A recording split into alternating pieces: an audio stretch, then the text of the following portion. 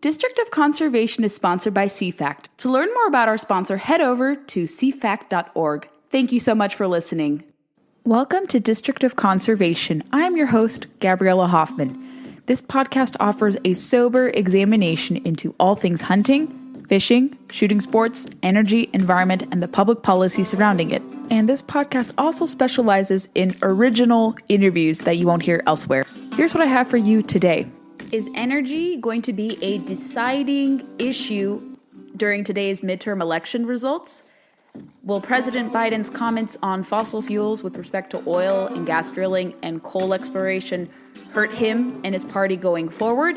We break down these very items with Mandy Gunasekara, who I work closely with at Independent Women's Forum. She serves as a senior policy analyst with them, and she was most recently the chief of staff to the most recent EPA administrator under the Trump administration. Mandy is one of the sharpest minds on energy policy. I always defer to her whenever I have questions about these technical things, and we break down some competitive races and if they're going to have voters be motivated by soaring energy costs, prices at the pump, heating oil, what have you, and kind of assess the president's very problematic comments on fossil fuels and why that will hurt him and his party, especially if we're going into a very cold winter and a winter where people are going to pay more to heat their homes and to fill up their gas tanks. As always, we love having Mandy on District of Conservation. Enjoy our conversation breaking down 2020 election predictions and thoughts. It's good to have Mandy Gunasekara back on the podcast today to break down some energy news, midterm examinations as to whether or not energy is playing out at the polls and in the ballot box, and where we think in terms of Senate, House, and potentially gubernatorial races where energy is playing out as a top issue. Thank you again for coming on to break down these timely matters. Yeah, happy to be with you, Gabby. Let's talk about President Biden's recent energy comments and maybe if it precipitates into a reaction from voters. So he said two things recently. He said that coal would be totally phased out because wind and solar in his mind are cheaper. And then he also reaffirmed that there will be no more drilling. What is your reaction to both of those statements he made? They walked back the coal comments, but they're there, and he seemed to have intended to say that wholeheartedly. What is your reaction to both of those? Well, so much of Biden's administration and policies are Obama 2.0. And the only difference is that his diminished intellectual capacity has led him to where he has more of these brief moments of honesty. A lot of Democrat policies across the board, but especially the case for energy policy, because nobody likes increased costs. And that's at the heart of the Democrat policies to make traditional energy sources, coal, oil, natural gas, mainly those three, more expensive so that their politically preferred technologies like wind and solar seem more, I'm air quoting, affordable. That is their entire premise.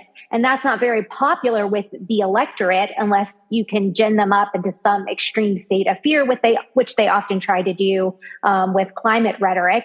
That is more about activism than actually conveying scientific or technical points that matter.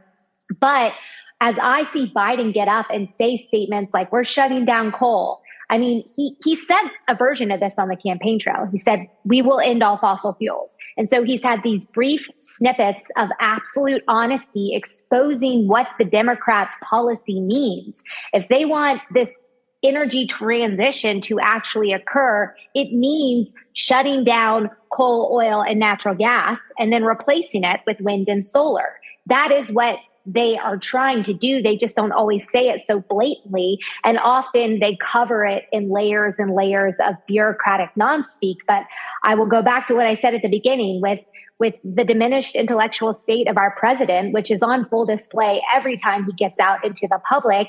He doesn't have the ability to lie in the way that Democrat candidates often do. And so the truth is coming out, and it's for the voters to listen and to take them at their words. They mean it. And when he says that, the comms people, the communications people will try to walk it back.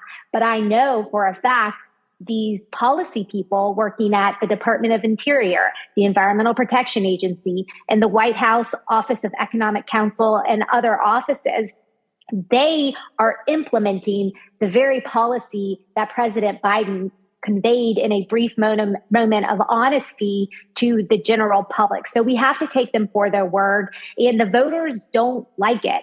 And they shouldn't, because it's not what's necessary to get this country in a better economic state nor a better environmental state. And I'll stop and take a breath right there. That's a good comprehensive, I would say, overview of that, because I think a lot of people, especially environmentalists, forget, even with the actions that took place under the Obama-Biden administration to discourage investment in coal and drilling opportunities, or rather exploration opportunities for coal on federal lands, they supported increasing royalty rates.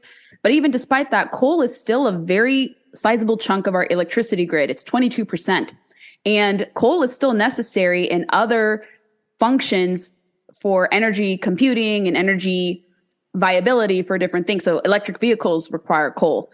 Solar and wind will probably be backed up by coal. If I remember correctly, fossil fuels in general are required to back up solar and wind. So coal is still an integral part, no matter what preservationists and even some Republicans who've kind of bought into this net zero agenda as well, they dismiss coal at their own peril, I think, because looking at Europe, they've had to all go back to coal in wake of Russia's invasion of Ukraine, and because of their support for or detransitioning away from reliable oil and gas. So they've had to now go back to coal to stay afloat this winter. And so do you think this kind of hostility to coal could hurt Democrats perhaps today and in future elections going forward, even though it's not as let's say, scalable as it used to be, because of just obviously natural gas production kind of winnowed our reliance on it. But also I think government policies further discourage coal development as well. Yeah, and I think there's some characteristics of coal that are really important, and it becomes abundantly clear in areas, especially in the Northeast and out west, where communities are exposed to more extreme cold temperatures. The inherent quality of coal and why it is so wonderful is that you can have massive amounts of coal reserves, piles of coal reserves, which represent a lot of energy available on the spot, and you can store that right next to the facilities that turn that into the electricity that is then otherwise used. So there is an energy security component with coal that you can visibly see when you go by coal-fired power plants. And that becomes so important, more so in the winter than the summer. It's well known that more people die from exposure to cold temperatures versus extreme heat temperatures. Now, there's health complications on that side as well, but generally speaking, cold weather temperatures are more harmful to humans' livelihoods as well as farmers' livelihoods. I was talking to some farmers the other day, which is why this is a little bit of top of mind, but during the winter seasons, especially for pork producers, this is when they get a lot of their piglets. They are brought in and they are housed in facilities that are fueled by propane, not necessarily coal, but propane. So having access to reliable heat sources during the winter is so important in a lot of different applications where truly lives and livelihoods are on the line. And coal is so powerful in the sense that you can visibly see the reserve and the backup. You cannot store the same amount of natural gas as you can coal at a natural gas facility compared to a coal facility. The problem with wind and solar is that it only works when the wind is blowing or the sun is shining. And what we know is typically the sun shines and the wind blows at times when we, the consumers, need it the least. So there's this inherent mismatch. And until the engineers, who I believe they will eventually break through, but until they get to the point where they can capture that and store it, it's not truly a viable source. Wind and solar, that is not a viable source for replacing baseload energy, which is necessary to maintain the grid, maintain access to energy and electricity so that consumers can flip on the lights or turn on the heat or turn on the stove when they need it. I will also say coal, we are blessed with the cleanest coal in the planet in the Midwest, the Powder River Coal Basin. That is the best you can get. And we are in abundance all throughout the West. I was in Jackson Hole this summer at a mining association meeting, and the way, not only do we have the best, most high quality coal, which means that it comes with a powerful energy punch and it has a lot less impurities, which means a lot less emissions when you're combusting it to turn it into energy. But the way that our folks mine it and extract it, they've developed a lot of modern advanced processes. So all that to say, the coal use of today is light years ahead of the coal use of the past. And so the emissions equations from extracting it to refining it to combusting it and then sending it on down via, electricity connection is a much cleaner process here in the United States. And I think as people learn about that and understand it's a lot cleaner today than it historically has been, from cradle to grave, so to speak, in the energy world, as well as an appreciation for what energy security means in cold areas and anywhere where there's extreme weather, but especially cold areas. There is a place for coal that makes a lot of sense because it's necessary to keep the grid running, to maintain stability, and especially when people are exposed to extreme temperatures one way or the other. Coal usually is the source that actually keeps the lights on and, keeps the ACs or the heat pumps or the stoves working. You cannot reclaim from the initial, reading into it, previously used solar and wind farm land. You can use and repurpose reclaimed coal fields for deer habitat. I have yet to see any evidence that land that is developed for solar and wind energy production can be reused because of the many different complications, the exorbitant use of land. So if we can still use reclaimed coal fields very safely and regenerate that shows that there is still some utility behind coal development. Yeah, I 100% agree with that. I actually went and toured. We have it used to be American Coal Mine in Mississippi. Now, we don't have Powder River Basin coal in Mississippi. We have something called anthracite, which isn't as great as Powder River Basin, but there's still a use for it. And I went out to a coal facility where as they were mining it, they basically had a rolling mine where they would dig out the mine, extract the resource, and then they would move on to a next tranche. And immediately behind them, they started the reclamation process. And the guys, I was riding around in a truck taking a look at the areas that had been reclaimed versus the ones where the resources were being extracted. And they had actually reclaimed it to a state that was better than what it previously was. And so there's immense opportunities, not just for reclamation to the status quo, but reclamation that goes above and beyond and actually creates a more robust and healthier habitat than previously existed before, coal miners came in and extracted the resource that then provides energy and improves our way of life. So there is this balanced benefit that the coal miners have figured out how to do very well. Yeah, and I think those learn to code comments from years past will come back to haunt them. And I think in today's elections, people are going to hear President Biden's comments on we're phasing away fossil fuels, no more coal. And that is going to be top of mind for them, especially in regions where Democrats dominate politically. New England and the Northeast as a whole is likely going to suffer a heating oil shortage. Here in the Southeast, I'm seeing reports that we're going to have a diesel shortage and so much more uncertainty when it comes to cheap, reliable fuel, which should not be happening if we were actually exploring and developing. So Biden's comments, are they going to influence people's votes, generally speaking?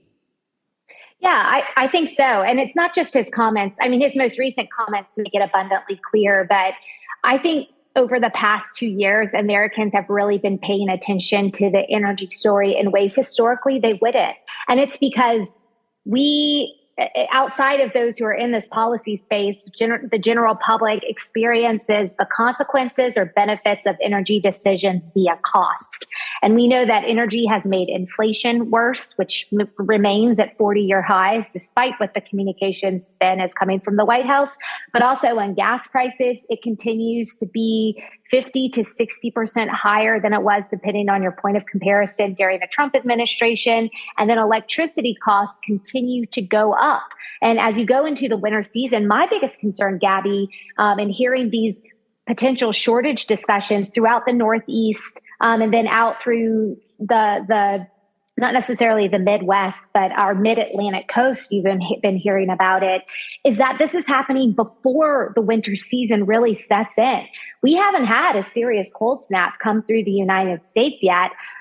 And the folks responsible for delivering these energy resources to market are already raising the red flag that there's going to be a problem. Typically, we hear about this after a bout or two of a serious cold weather event. And so I believe that this is top of mind for so many voters because they've been paying for the consequences of the Biden administration's anti-U.S. energy, anti-fossil energy agenda that they've been busy implementing from day one. It's manifested itself in these high costs and bouts of unreliable energy. There's been headlines from California and from Texas, but folks are seeing these warning signs coming from places in the Northeast that has they've dealt with shortages in the past, but never have they been dealing with potential shortages prior to the winter season actually setting in. And I think they understand what that means and that they are going to be paying for it.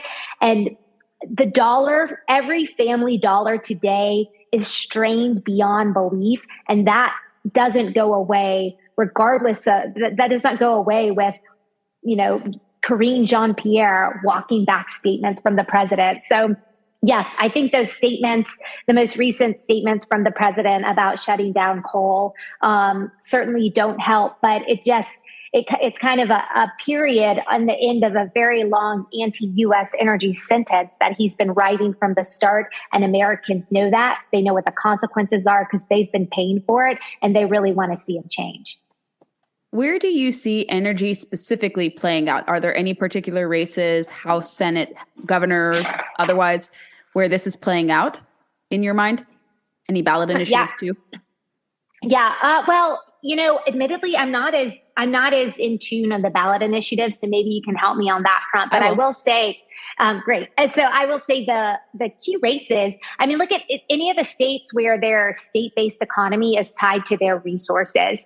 At the top of that would be Pennsylvania. That's been very front and center. You have John Fetterman, who in 2018 said he wanted to ban all fracking, hydraulic fracturing, and then the derivative industries that come off of that form I don't know the exact number, but it's almost half, if not over half, of the economic productivity within that state. So you have John Fetterman, who promises to ban all fracking. And then you have Mehmet Oz, who has talked about improving and expanding the development of hydraulic fracturing and responsible resource use within the state. So I think that's very clearly going to play out. Obviously, with Fetterman and Oz, that's another area where you have a candidate like Fetterman. He unfortunately had a stroke, but what it has done is it's left him in a diminished intellectual state, similar to what we're seeing with the president, although for other reasons. And an effect of that is he's not able to lead voters on about his stance. He's not as able to honestly lie about the policies he would actually go about implementing. And so that's resulted in some very clear bouts of honesty or inability to change the record of his past decisions. And so it's very clearly Fetterman is in the extremist environmental camp that wants to shut hydraulic fracturing down. Mehmet Oz is the opposite side of that, this America First energy dominance position where he really wants to expand that and lift the state's economy in the process and see it grow. I would say the same thing about Ohio. You have Tim Ryan versus J.D. Vance. Now, Tim Ryan has all of his intellectual capabilities, so he has been very busy trying to say and represent that he has been supporting the coal miners, mostly of the western part of Ohio, but his record tells a completely different story. his record shows that he's been in lockstep with the extreme anti-U.S. energy agenda of Nancy Pelosi throughout his entire long, tenuous career. And when he's in the state around Ohio voters, he says he tries to disown his record. But you see this difference between Tim Ryan and JD Vance. JD Vance, this is the first time he's actually running, but he too has embraced the role of coal, the role of natural gas. He's been very high up on expanding U.S. liquid natural gas exports, which is not only beneficial domestically, but also hugely beneficial for our allies abroad. And, it diminishes the role and the reach of someone like Vladimir Putin if our allies in Europe, especially, as well as certain Asian countries, can receive our U.S. natural gas. And from an environmental perspective, that's as clean as it gets in terms of providing a baseload energy source. It doesn't get cleaner than U.S. LNG. And JD Vance has been a huge proponent of that. So he's been very smart. Again, Tim Ryan's record is anti-Ohio energy. What he said on the campaign trail, he's tried to lie about his record to get voters to ignore what he's actually done and just listen to the words that he's saying to try and get elected. But I honestly do not believe that will work. And the polls have indicated that. We will know by end of today. Nevada's another win. Catherine Cortez Masto and Adam Laxalt. Now Masto she's been more moderate in terms of her approach to energy, but she hasn't been a proponent of U.S. energy in the way that Adam Laxalt has early on. And I do think for a state like Nevada, it is very much resource-based state. The state economy is tied to the resource development and use within their state. And I have a good friend that lives out there, and this has even made some headlines. Nevada has had these crazy rainy day funds because of tax revenues that have been generated off of resource development within their state. And Cortez Masto, again, she hasn't been the most extreme, but she hasn't been the proponent that an industry like that deserves in a state like Nevada. And Adam Laxalt has been filling the gap. The only other one I'll mention on the Senate side is Colorado. Again, you have Michael Bennett, versus O'Day. It's similar to Fetterman and Oz. There's an anti-fracking candidate versus a pro-fracking candidate, because the pro-fracking candidate understands that in Colorado, like Pennsylvania, the industry has figured out a very efficient, safe way to extract that resource, and there's a lot of derivative benefits from it. There's also New Hampshire. I think the heating oil shortage is going to play out interestingly there, with Don Bolduc versus Maggie Hassan. On the governor's side, too, we have some potential flips, I think, in New Mexico. New Mexico is an oil and gas dependent state. I think 40% of the economy is jobs in that sector. And with Michelle Lujan Grisham, she has undermined that with her preservationist policy. So that's why we may see Mark Ronchetti potentially flip that seat red. It used to be Republican prior to her tenure. It was 2 terms of Susana Martinez, and she really helped develop the economy there by allowing oil and gas to just take off, operate safely, things of that sort. So I think energy could play out there, especially because they're so dependent.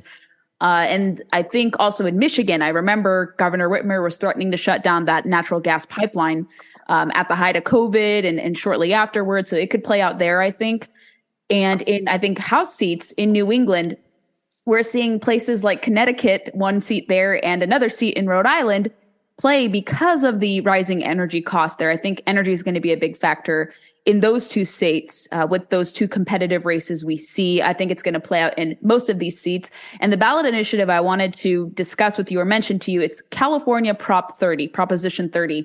And I was reading into it when writing an article about ballot initiatives to be aware of. And they want to tie taxing incomes over $2 million by adding another 1.5% to that taxation rate to have those monies go to electric vehicle subsidies, so-called renewable projects, and to mitigate wildfires. And I was reading that and I was like, this is such a gimmick. Like, you don't need to tax residents of California further. You have the tools to manage your forest without burdening people further. And that goes to show that they are not serious about tackling high intensity wildfires like what we discuss often at Independent Women's Forum and similar venues. And just seeing that they're tying to forest management. We need to tax you more to manage the forest. I'm like, you don't need to. You already have the resources there. Do your jobs and don't play games with wildfires. Yeah, that's exactly right. And do the electric vehicles in California need another subsidy? I mean, I think the answer is no. I have no idea to what extent they've actually received state-based funding from California drivers and citizens, but it's pretty high.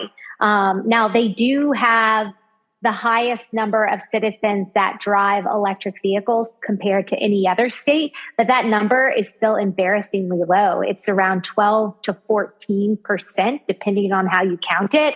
And then if you dig in a little bit deeper, about 78% of total electric vehicle drivers have a second internal combustion engine car, a gas-powered vehicle, as a backup to their electric vehicle. And this rings true in a state like California as well. So it's just another attempt to create a taxpayer-funded slush fund for the California leadership to do crazy, irresponsible things. And you're right on the wildfire side. I mean, they have federal and state resources to do the right thing. People know what to do. It's these absurd environmental policies that have been standing in the way and making wildfires that have occurred since the beginning of California's time unmanageable. And it's because the environmentalists are standing in the way of taking reasonable actions to prevent a normal course of natural ecosystems, which is wildfires,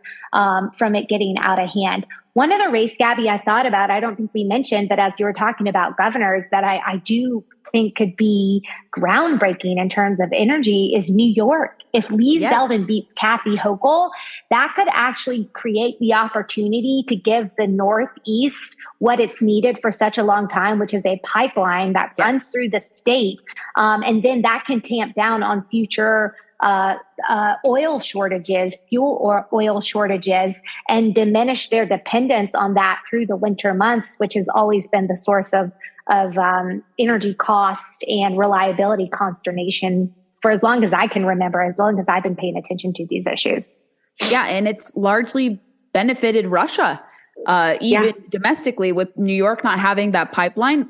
They've had to rely on Russia for those critical energy sources. It's bizarre. And yes, I overlooked how energy could play out there, but I think it would definitely define that race if Zeldin were to win and stun the nation with that. And I think with Christine Drazan's race in Oregon too, that's also a very energy dependent issue because she was actually one of the proponents against the cap and trade equivalent bill when she was House Minority Leader. So she's been staving off a lot of these kind of climate alarmist policies. So I think even over there in Oregon, which has timber, potential for a lot of energy, safe energy development, hunting, fishing, all that stuff, she has the potential to also flip that seat too, interestingly enough, and also put like sound energy policies back or sound conservation policies back in the governor's mansion.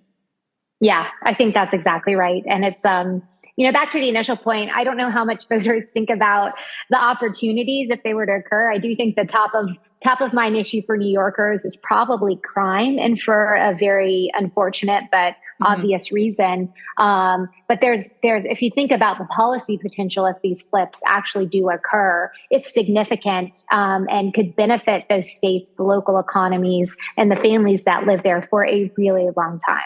Yeah, cut their reliance on foreign oil and gas, employ people, bring some economic relief and fewer costs when filling up gas tanks and powering their homes.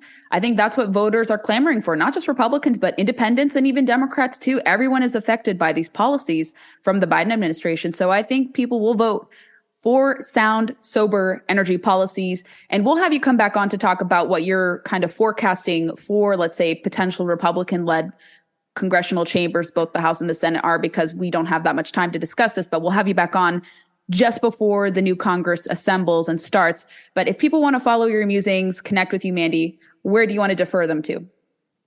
Yeah, so a couple places. IWF.org is always a great place. You can find my work there as well as Gabby's work.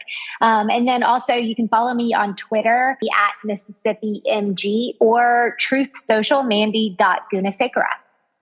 Wonderful. I will defer everyone to your links. You have been putting out some great content. I love working with you, and we go back and forth over great ideas. And I am so honored to work with you because you are probably one of the best policy minds in energy, one of the young policy energy minds out there in this country. We are lucky to have you, especially on our side. And it's always an honor to work with you. And I know we have many, many more years of working together. And I always appreciate you coming on the podcast to break down these complex subjects in real time that people can understand. So thank you again for coming on, Mandy. Yeah, happy to be with you. And it is such a pleasure to work with you, Gabby, across the board. Our only limit is the time we have in the day to finish all the projects we talk about. So if there's any of your listeners out there that are interested in joining our team, please let us know. We'd love to have you. Yeah, for the ladies out there, we do have a need for visiting fellows. So you should get your application in December 1st. And maybe if you have an interest, you can work with us. We would love to have more and more. Thanks for listening to District of Conservation. I hope you enjoyed today's episode. If you haven't already, make sure you find us on your preferred podcast player. We largely circulate on Apple, Spotify, and countless others, but those are our two big podcast platforms we want to push. Make sure you're subscribed there, especially on Apple. If you like the podcast a lot, go leave us some reviews. We'd be more than grateful to get some 5-star reviews from you guys. Moreover, we are on Facebook, Instagram, and Twitter, and a little bit on YouTube. We don't populate there, but connect with us on social media. Find me personally on social media with blue check marks. Super easy to find, and I would love to hear your feedback and know who you'd like to see on the podcast. Thanks for listening to District of Conservation. Stay tuned for the next episode.